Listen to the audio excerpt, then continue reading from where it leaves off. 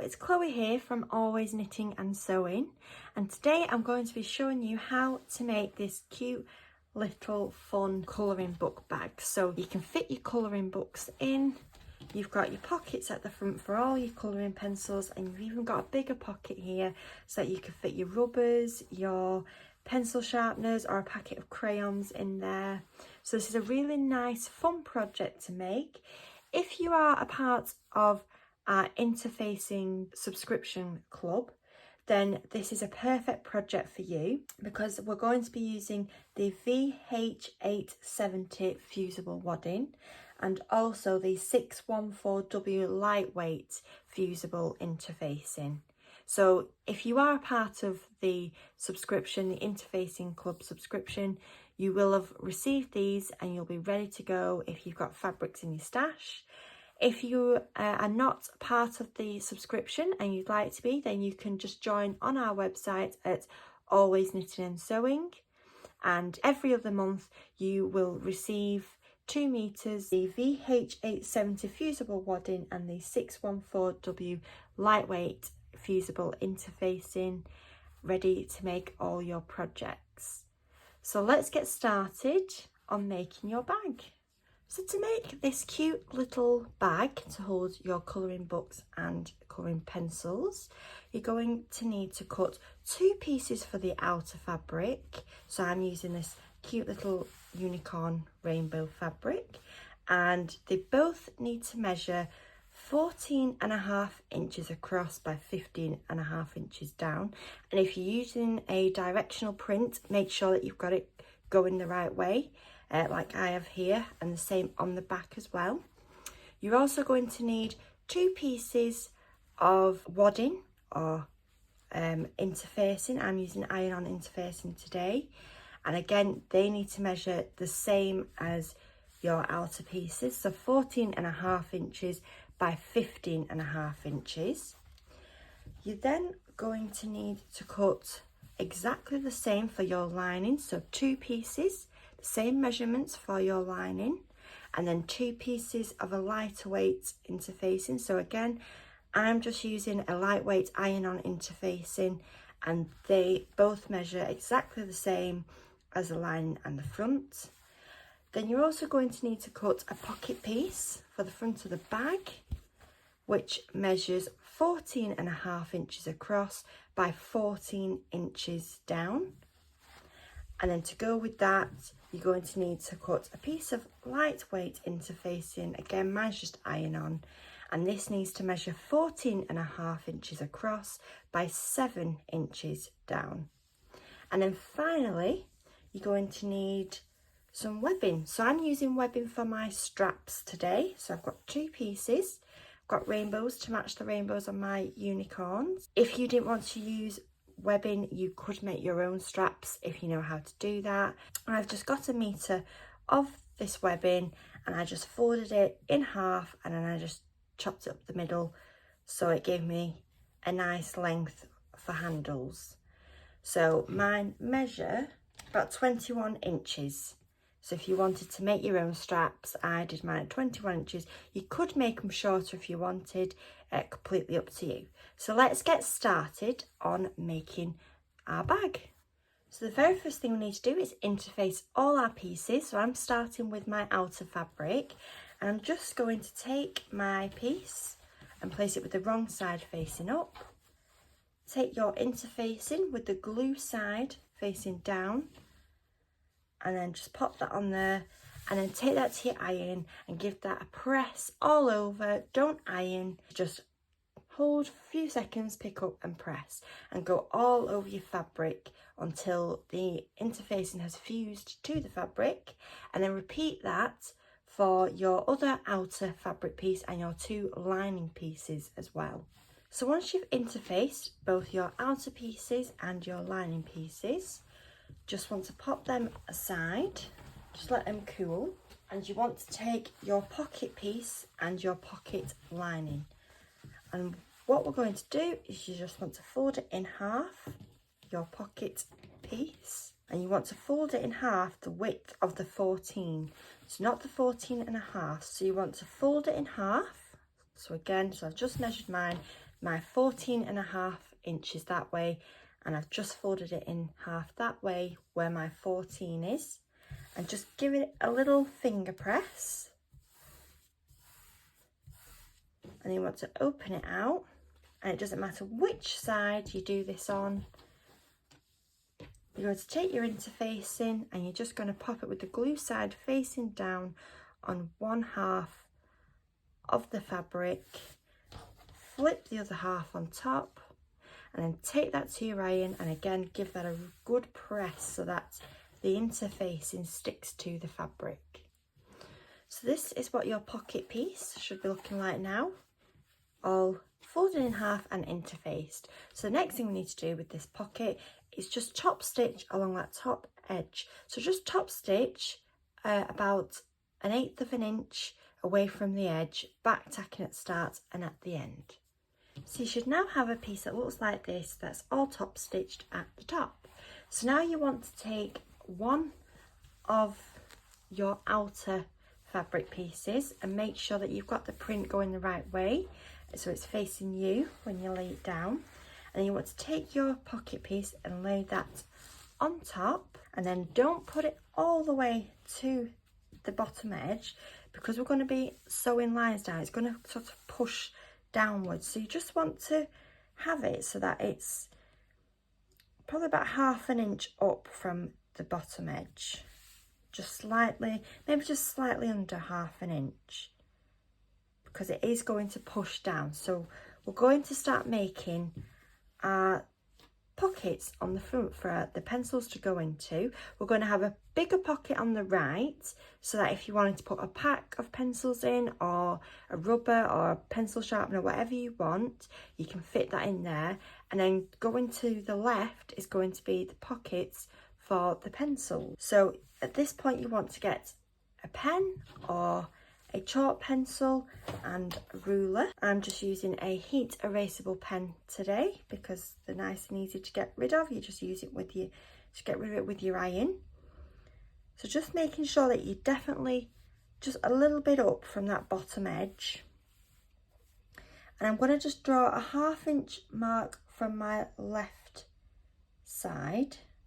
So I'm lining my 1/2 inch mark up with the edge of the fabric, and I'm just going to put a mark down there because we're going to be stitching around our whole bag at 1/2 inch. So that's where we're going to be stitching. And then you want to have to sort of test with your pencils on how big your pocket pieces need to be.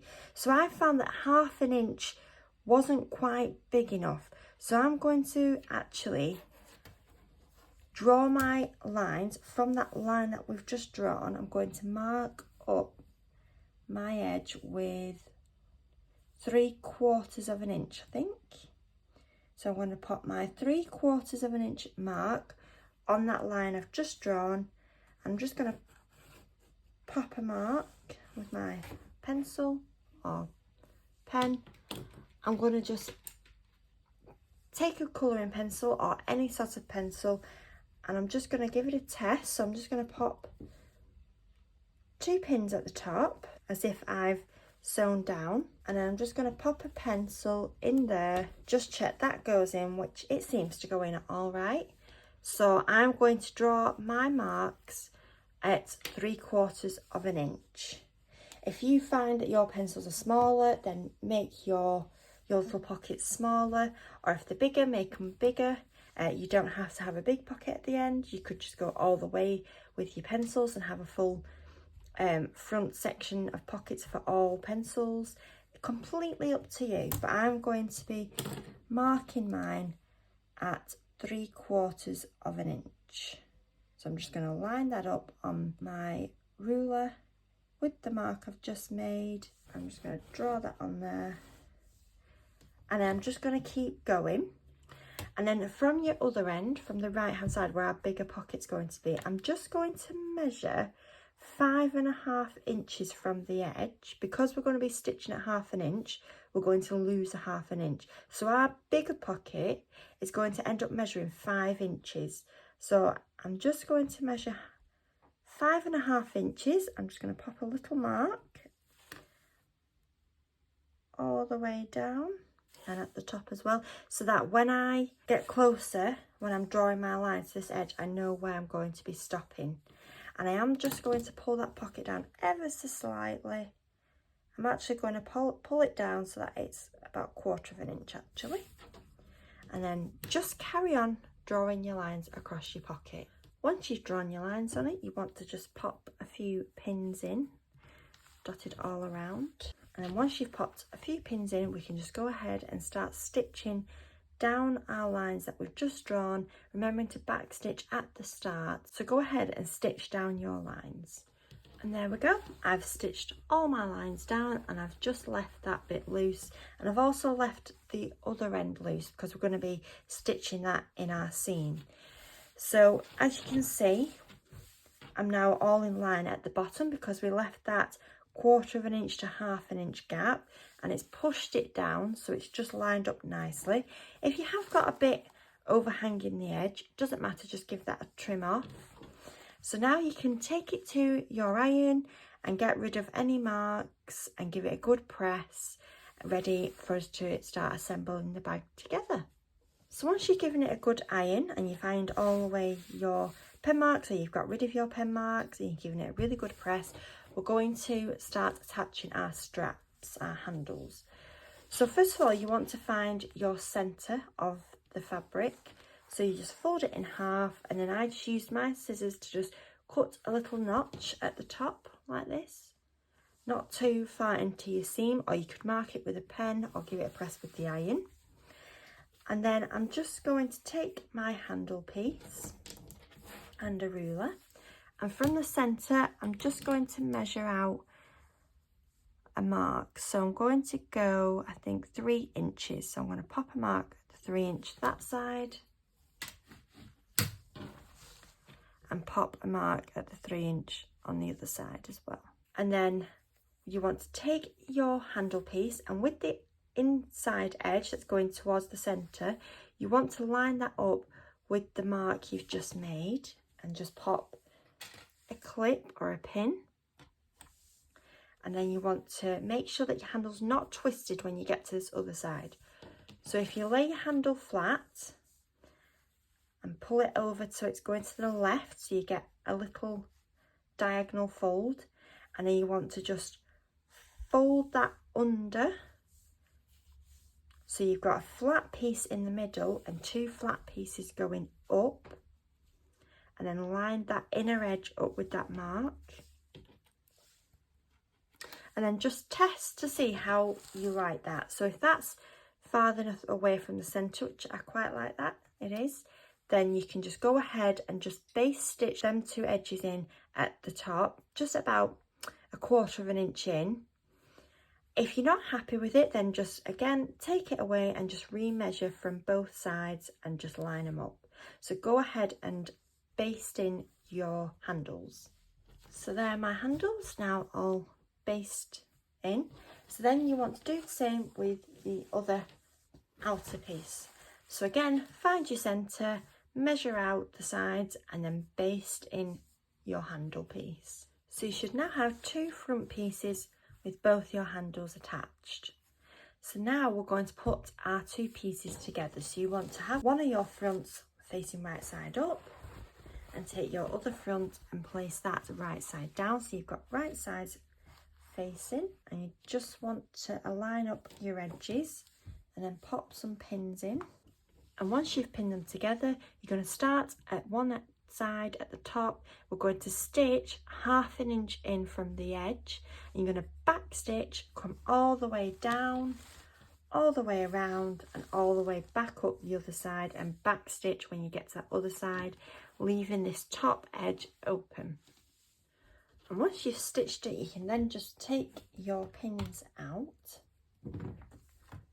and then we're ready to turn through and make sure that we've got everything down, which hopefully we should have because we've done a big enough seam allowance.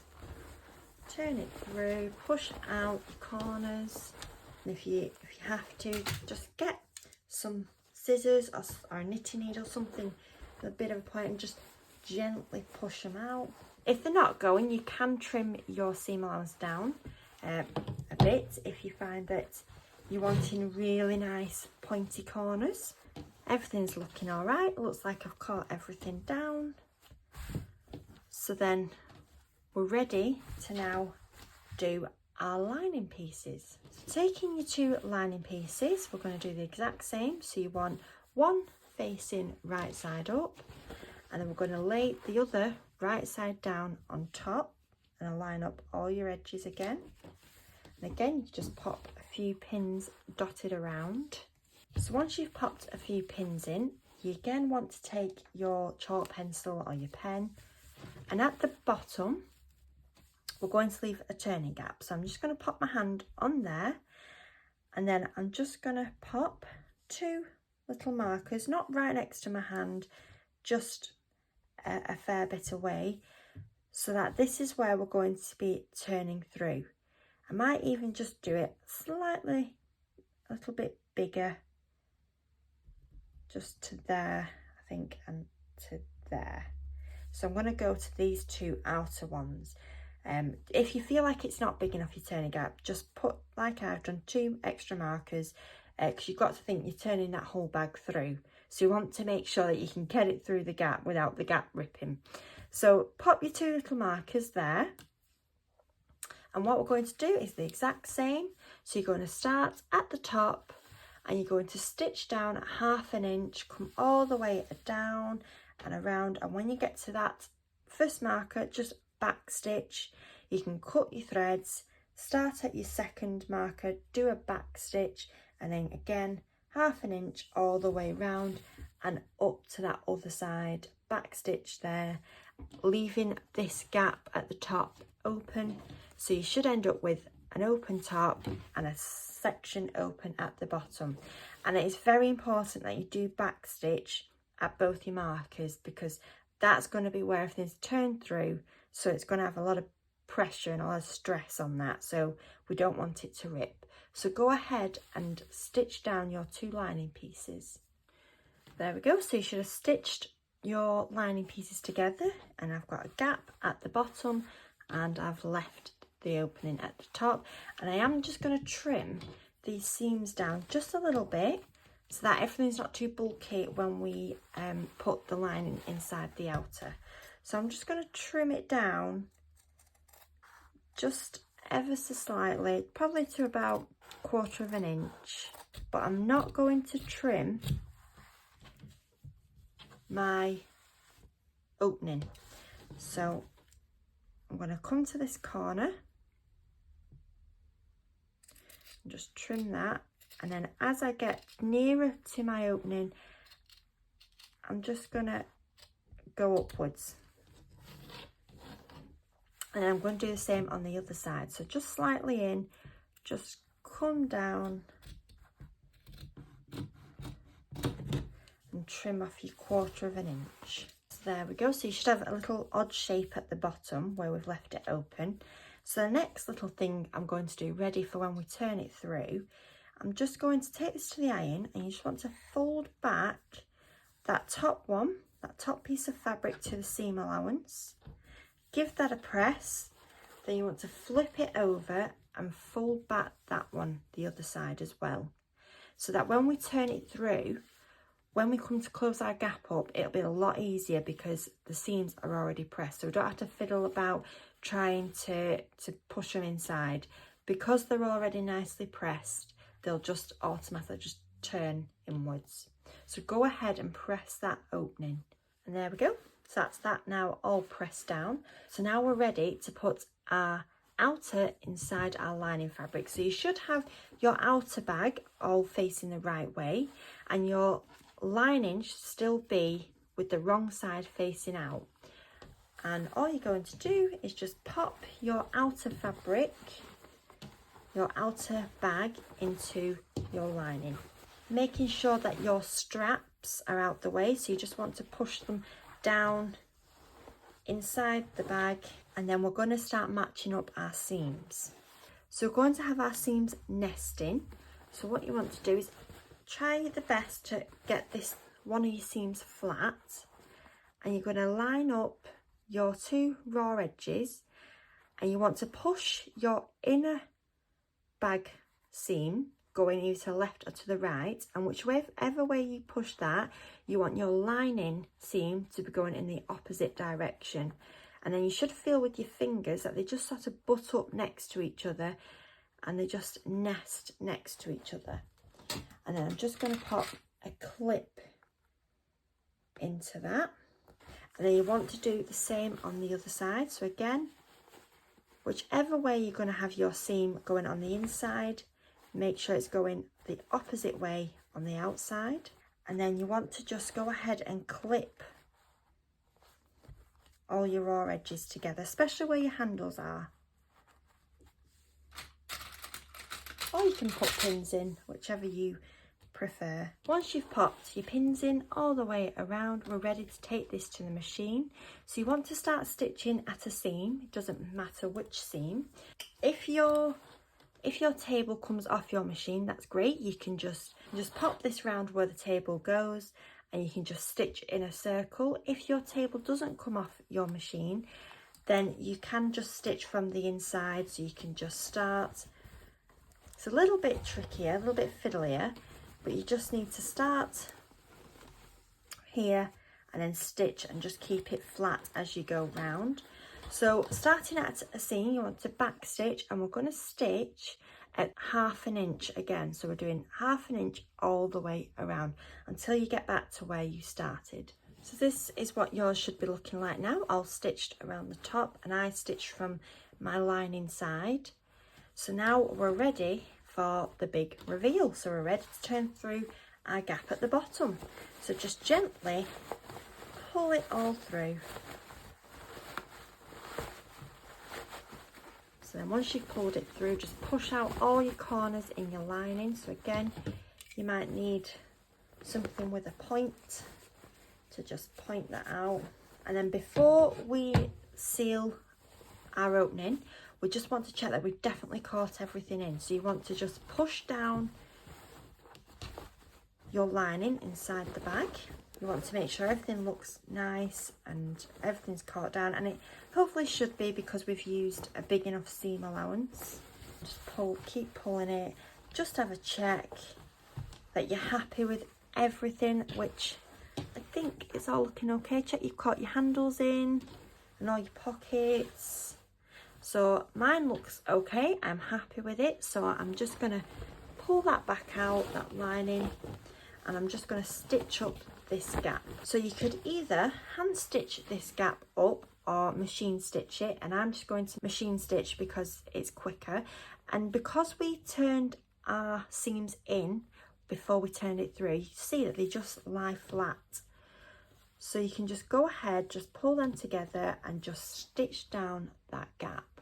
So just stitch down my opening at 1/8 of an inch. I just ran on, back stitched, came along and back stitched at the end.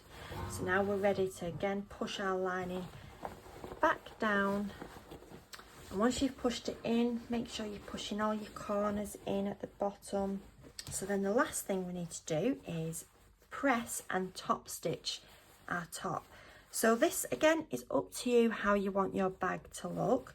You could either, I'll turn it this way, you could either have your lining not showing at all, and you could just pull it all the way down so that it's level, sort of like this, level with your outer fabric. So you'd give that a press and then you just top stitch.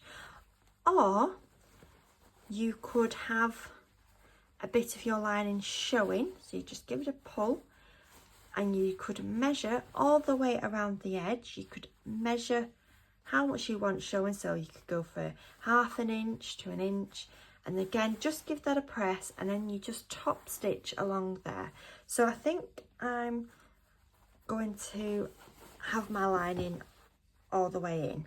I don't think I'm going to have any of that showing. So if you're going to do that, just make sure you pull everything down so that everything's lined up, and then go ahead and press that with the iron. Once you've given it a really good press, whether you're pushing all the lining inside or leaving a bit hanging over, we then want to just take it to the machine and top stitch it. So I think I'm going to top stitch Mine probably about 1/8 of an inch around. If you want to be really fancy, you could do a double stitch, so go around once and then go around again, about 1/8 of an inch away from where you last stitched. You can make it as fancy as you want to. So go ahead and top stitch the top bit of your bag. And there we go. I've top stitched around the edge. I've just done 1/8 of an inch and I've gone under my handles and I started at a seam so that when you back stitch you don't really see it because it's at the seam. And that is your bag made. You could add a popper to this bit if you wanted to keep it short, or you could put poppers on the side to make it a bit fancier, or you could just leave it open. It's completely up to you, but that is your bag all made. So I hope you enjoyed watching this tutorial. I hope you've enjoyed making the colouring bag with the pencil pocket on the front. Please share your photos with us on our Knit It, Stitch It, Share It Facebook page. We'd love to see your bags, and thank you for watching.